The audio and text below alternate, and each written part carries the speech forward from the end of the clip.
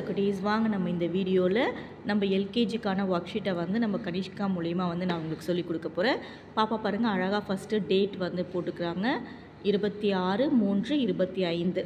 அதுக்கப்புறம் பேர், அவளுடைய பேரும் வந்து அவங்க என்ன பண்ணுவாங்க, எழுதுகிறாங்க. நீங்கள் குழந்தைங்களுக்கு இதை ட்ரைன் பண்ணுங்கள், கண்டிப்பாக வந்து அவங்க நல்லா ப்ராக்டிஸ் ஆவாங்க.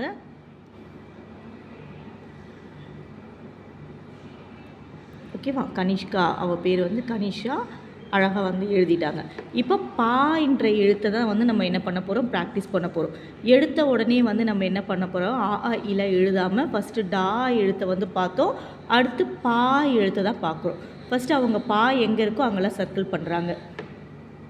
பா எங்கே இருக்குன்னு கண்டுபிடிச்சிட்டே பா பா சொல்லிக்கிட்டே என்ன பண்ணணும், சர்க்கிள் பண்ணணும். இப்படி சர்க்கிள் பண்ணி முடித்ததுக்கப்புறமா அழகாக வந்து கலர் பண்ணணும். இங்கே பாருங்கள், இப்போ ஃபுல்லாக தான். இப்போ அந்த ஃபுல் பந்துக்குமே வந்து என்ன பண்ணுறாங்கன்னா அழகாக வந்து கலர் பண்ணுறாங்க. நான் எப்போவுமே சொல்கிறது, குழந்தைங்களுக்கு இந்த கலரிங் ஆக்டிவிட்டி வந்து ரொம்ப முக்கியமானது. அவங்களுக்கு நல்ல ஞாபக சக்தியும் வரும். ஒரு தியானம் பண்ணுற மாதிரி அந்த குழந்தைங்க வந்து கரெக்டாக அந்த லெவலில் அடிக்கிறப்ப நல்ல ஒரு முழுமையான திறமையை வந்து அவங்க வெளிப்படுத்துகிற மாதிரி இருக்கும். அந்த பந்தை விட்டு வெளியே வராமல் அழகாக வந்து அவங்க அடிக்கணும். அதுக்கு வந்து பயிற்சி இது.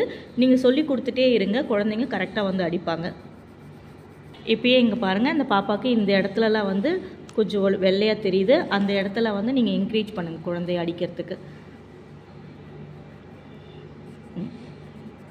Very குட்ரா, super.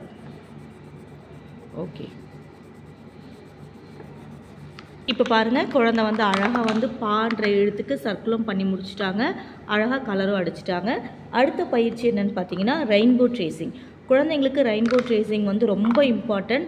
அதை கரெக்டாக அவங்க வந்து ஃபாலோ பண்ணணும்.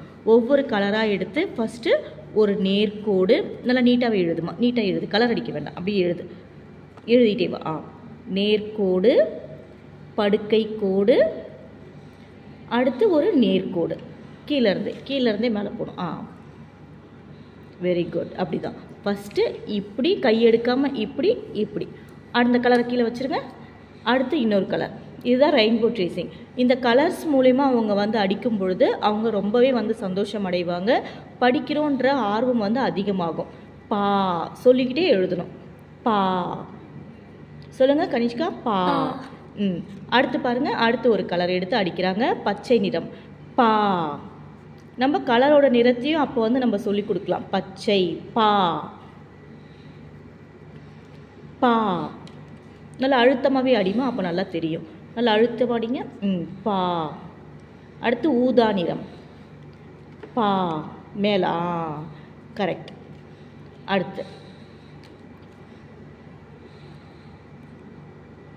பா, நல்லா அழுத்தமாக, நல்லா கருநீல பச்சை, கரும் பச்சை, பா.